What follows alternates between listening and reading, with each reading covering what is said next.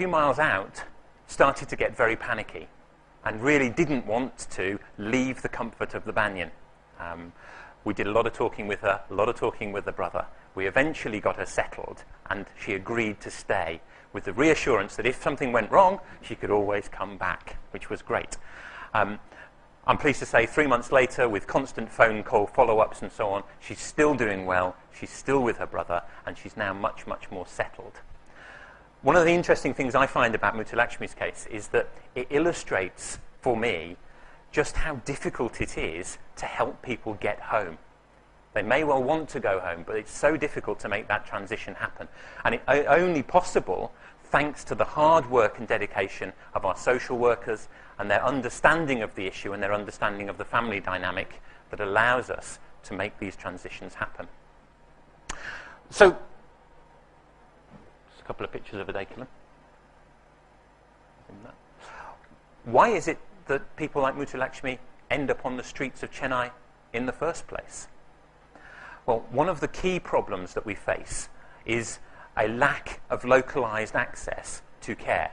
She lived in a very small town, away from most support systems, even from a general health perspective. But from a psychiatric health point of view, she had no access to care. What that means is that her illness remained undiagnosed, it remained untreated, until it became unmanageable. And once it becomes unmanageable, it's very easy for people to wander off, board buses, board trains, and end up in some of our metros, and therefore a problem on the streets. So about 5 years ago, the Banyan strategy moved from being this crisis intervention, which it always had been, rescuing women off the street and helping them get home, more to thinking about why they were on the streets in the first place. And so we developed a community program that is focused on looking at delivering a solution to this localized access problem. Now, I'd just like to give you a little bit of context to this in terms of where we are in general health terms. In general health terms, there is very good public health policy for mental health across India. The National Mental Health Programme was inaugurated in 1982, devolves its responsibilities down through the state structure, delivered through the district mental health programme at a state level. There are 1,100 crore of rupees, around $220 million, earmarked in the latest 5-year plan to deliver a national mental health programme, which is 10 times the amount of money that was available in the previous 5-year plan. It's designed to operate at a very local level through primary health centres, PHCs. The idea is that you have some kind of issue with your mental health, you go and see your local general practitioner who has sufficient training to diagnose simple problems and be able to diagnose and prescribe medication to help you at a very local level. Sadly, the reality is only 1 in 6 districts across the entirety of India even claims to have a district mental health programme. Within that, GPs are very often hard-pressed. They receive a grand total of 4 days of training to identify mental health problems. 4 days, which if you were a mental health specialist would be a 4-year course, by the way. And very often, medications are supposed to be stocked in local PHCs, but simply aren't available. The doctors don't prescribe them, so they don't order them, so they're not available. So the reality of this is great public health policy and really poor implementation on the ground. So our community mental health programme is designed to try to solve that kind of problem. How do we make the district mental health programme a functioning model, something that can really, really work? And it's all based around our idea that if we can intervene at an early level, detect problems early enough, then we'll prevent crisis from happening and people ending up on the streets of our cities. Our CMHP, Community Mental Health Programme, is based around the Banyan Health Centre in a small village called Kovalam on the east coast. We went there following the tsunami, did a lot of work with the local community to understand what their health needs were, and as a result established the Banyan Health Centre. Now the Banyan Health Centre provides 4 days of general outpatient clinics, plus 1 day of a psychiatric outpatient clinic. We currently have 2,500 people registered with us from a general health point of view, about 750 registered from a psychiatric health point of view. Within the facility itself, we also have a 12-bedded inpatient facility for those very chronic cases which can't just be solved with simply a pill and a little bit of social intervention.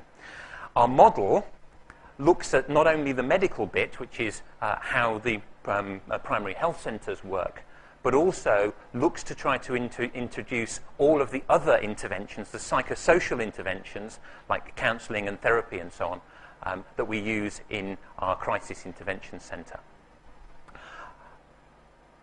All of that's very nice and works reasonably well.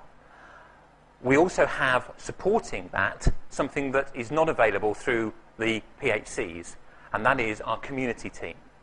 Our community workers, recruited from the local community, knowing that local community very well, understanding that local community, are our key difference with the way in which the district mental health programme works. What they do is help to increase awareness of the problem in the local area as a whole, but more importantly, spend a lot of time with our patients, getting them to understand their own illnesses, working with families to help them understand what the illnesses mean, working with neighbours so they understand it, which has helped us to ensure that people get care at a local level and don't have to end up leaving the local town that they live. I'd like to illustrate that with a story of Manikandan. Now, Manikandan, when I first met him, I met him in June this year on a routine visit to our health centre.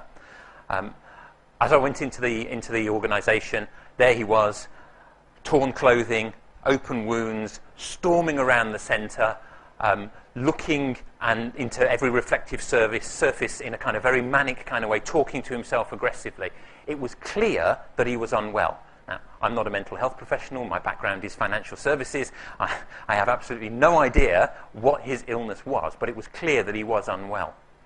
He was actually admitted into our facility as an inpatient at that point. Now, what had happened is that our social worker, our community worker, had spotted him at the local bus stand, begging amongst the passengers in this kind of dishevelled state, clearly behaving erratically. So he approached him, talked to him, found out where he came from. It turned out he came from Sholinganalla, which is not very far from here, not very far from Chennai. So we took him home, talked to his parents, and persuaded his parents that this illness that he had could be something we could deal with. So they came to the Banyan Health Centre the following week. Around 3 weeks is all it took of medical intervention, some therapy, and some counselling to turn a deranged young man, estranged from his wife, a stranger to his family, into somebody that became a productive member of his family again. He was able to go home in a very, very short period of time. He's now back together with his wife, who understands the nature of his illness and is prepared to work with him. It's a very, very short distance from the bus stand to the streets. And thanks to the intervention of our community workers, we were able to prevent illness turning to tragedy. Now, underpinning all of this, and this is where the theme of the conference comes in, underpinning everything the Banyan does is a care and a desire to help that allows us to spot the problem in the first place and to use it as a key part of our therapy. That's what inspired me to come out. I hope it's a story that has also inspired you. Thank you very much.